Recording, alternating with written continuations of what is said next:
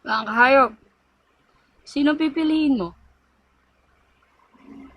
Siya o siya?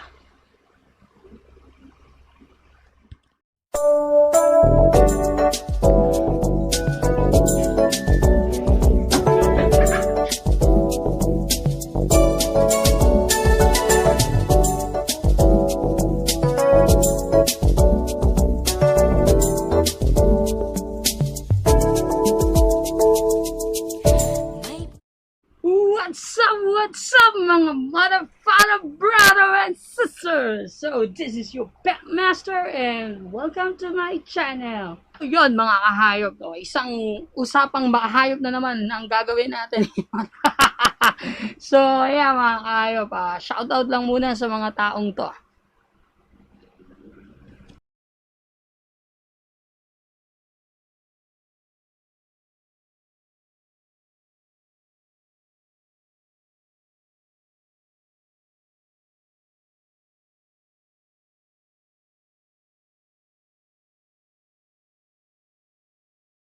Doon naman sa mga taong mga hindi ko nababanggit yung pangalan. Pasensya na kayo mga kahayop kasi it's not hindi ko kayo pinapansin or hindi ko kayo napapansin. I really do want to alam niyo yung banggitin yung mga pangalan ninyo dito sa aking vlog kasi kayo na lang din yung sumusuporta sa akin. Pero nakakalimutan ko kasi minsan. So kaya nyo minsan gagawa ko ng list ng mga i-shoutout natin, no? Pero sobrang maraming salamat sa inyo mga boss idol. So, yan. Ngayon naman mga kahayop, pag-uusapan natin isang mahalagang bagay kasi every time na nagba-browse ako sa Facebook, laging dalawang to yung nakikita ko yung questions na okay lang ba na plants na lang ang gamitin namin para sa oxygen namin. And yung the second question is, okay lang ba na kahit walang air pump? So, let me help you with this, mga kahayop. So, let me just i-allow nyo ako na makapagbigay ng mga simple tips, basic science, kung paano natin sasagutin yung mga yan. So, let's get ready, mga kahayop. So, yun mga kahayop, no? Before tayo mag-start ng discussion natin regarding sa oxygen inside our aquarium tank or our fish pond, I would just, I want to share some myths na hindi talaga dapat natin ina-apply. So, ang sabi nila kasi kapag nagkaroon ka ng air pump is magpo-produce ng oxygen. So, that's a no-no. And, yung plants is kapag naglagay ka ng plants magpo-produce siya ng oxygen. It's again a no what really is let me just correct it. Yung tubig kasi ang composition niya kasi is hydrogen and oxygen. So if you have hydrogen plus oxygen, you have the H2O, which is the water. So yung oxygen na yon nakapaloob na mismo sa tubig. So, yung water natin is composed of oxygen. So, that's the first point natin, mga kahayop, no? So, without further ado, let's discuss it. Sino ba nga papipili mo, mga kahayop? Isang air pump o isang plants? So, let's discuss it. So, para sa nga ba yung air pump? Ano ba yung magagawa ng air pump para sa ating aquarium? Yes, para sa tubig natin sa aquarium. The first side is, let me just discuss it. Sana maibigay ko ng tama. So, yan. Mga pwedeng, bakit air pump? Kasi mura ang air pump. Right? Bakit ka kailangan gumamit ng air pump? Makakatulong kasi ito na mag-dissolve sa ating sa oxygen, right? The water itself has an oxygen on it, right? And then kailangan natin ng machine to dissolve it. So pag na-dissolve yan, nahiwala yung oxygen, yun yung ita-take ng ating mga alagang isda. Alright? So yan. Nakaka-dissolve siya ng oxygen. Next is decoration. Para maganda, may mga bubbles, may wave. So, yan. Third is water current. So, yung mga flow. Ayan, yung daloy ng tubig. So, it helps our fish na parang ma-enjoy yung aquarium nila kasi it feels like parang natural. Alam mo yun? So, yun. Next is yung consistency of temperature. So, our air pump help us to have a consistent temperature inside our aquarium tank. So, kung may heater ka or wala kang heater, it's fine as long as meron kang air pump, lalo na dun sa mga kapag inconsistent yung weather natin, merong mainit, merong malamig, araw na araw, tapos biglang ulan. So, the oxygen, the air pump help us para para yung tubig is maging consistent dun sa temperature nila. Kasi yung cycle ng tubig is nandun lang. So, yung flowing niya is paikot-ikot sa buong tank. So, yan ang naitutulong ng air pump sa atin. And what really actually happened pagdating sa pagde-dissolve ng oxygen, ang tawag dyan is surface agitation. So, yun nga, yung nabanggit ko kanina, there are two ways kasi ng pag-dissolve ng oxygen. So, first is yung surface agitation or yung paggamit natin ng mga machines like air pump. No? Surface agitation, ang nangyayari dyan talaga mga kahayop is yung hangin na ipinoproduce ng machine natin from bottom, magmula dun sa baba. Then, makaka-create ng bubbles paakyat. Pag umakyat siya at nakapunta dun sa surface and nag-pop and nagkaroon ng wave, that is called surface agitation. So, dun nadi-dissolve yung oxygen, which is called as free oxygen na tinatawag na ginagawa ng ating mga isda. Okay, so next is yung tinatawag nating photosynthesis.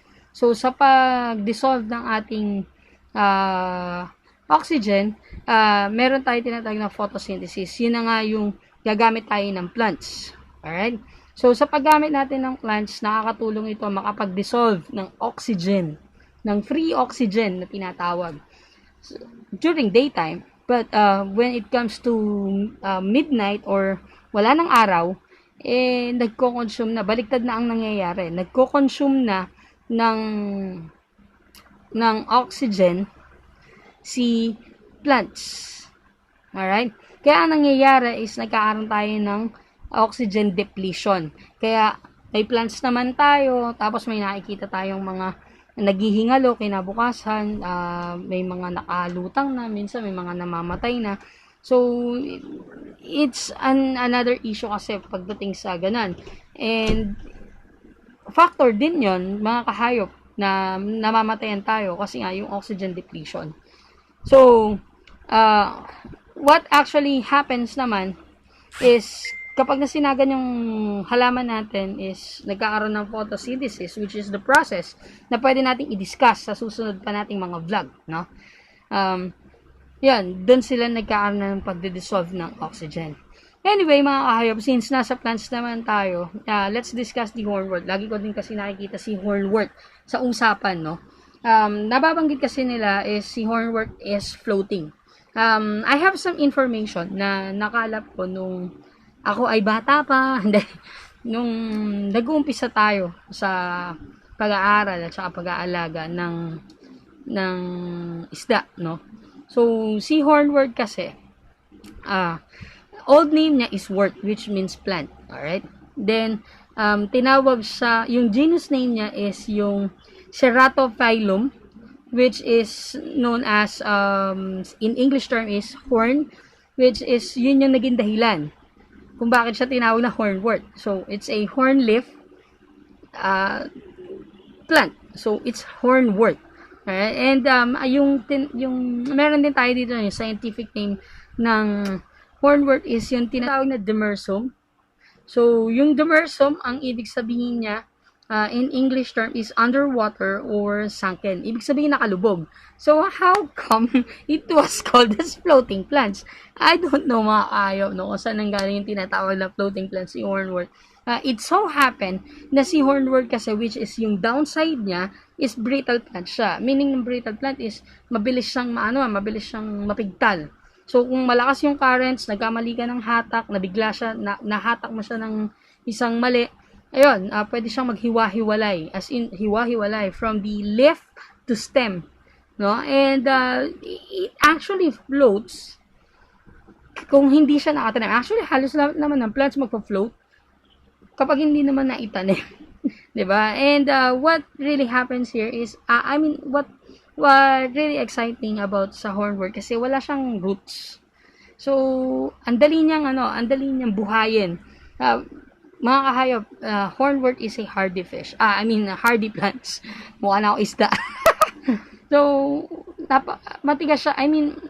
Ng hardy is, when we say hardy, sa terminolohiya ng ating industriya or ng ating hobby, ay kapag sinabing hardy is madali na alagaan, no? Hindi maselan. So, yun. Advisable talaga siya para sa mga beginners, sa mga newbies. Bukod dun sa pwede siyang pagtaguan ng mga fry, is meron pa siyang advantages. Number 1, yung competition niya sa algae na pagsipsip ng nutrients. So, it helps our tank na mapigilan yung paglaki o yung paglago ni algae kasi nakikipag-compete siya sa algae sa pagkuha ng nutrients. Second is yung tinatawag na allelopathic chemicals na pinoproduce ni hornwort. So, allelopathic chemicals, ito yung chemical na allergy si algae, which is hindi siya nape-prevent siya, no, sa paglaki. So, yan, may tendency na mamatay si algae, and may tendency din na hindi masyadong dadami or kakapal yung algae natin. But, mga kahayop, meron tayong syempreng downside na tinatawag. Just like what I've said kanina, si plants kasi paggabi is hindi na siya nagpo-produce, no? But ang nangyayari is nagko-consume na siya ng oxygen. Nagkakaroon ng oxygen depletion. Kaya nga mga kahayop, ang kailangan natin gawin, suggested ng mga experts is at least 1/3 of the size of tank. Population. Yung population ng isang aquarium natin, at least 1/3 nun is plants. So, hindi mahihirapan yung mga isda mo na hindi magkakaroon ng kaagaw yung isda mo sa pagkakaroon sa pag-dissolve ng oxygen. So, yon mga kahayop, no. Sana may natutunan kayo. Sana may naiambag ako kahit konting kaalaman sa inyo mga kahayop. And please continue to support me by subscribing to my channel and watching my videos, and also please like and share it. Alright, so yun mga kahayop, no, kita-kita tayo sa aking susunod na milestone. So, malapit na yung raffle natin by the end of the month. Makapag-raffle tayo and sana matapos na yung kinakaharap nating problema kay COVID. So, ma-deliver natin yung mga prizes, no, na ating i-share sa ating sa mga nag-subscribe sa aking channel. So, yun mga kahayop, maraming salamat. I really appreciate your time sa panonood ng aking walang kakwenta-kwentang video. So, mga kahayop, what's up, mother, father, brothers, and sisters? Ka-ciao!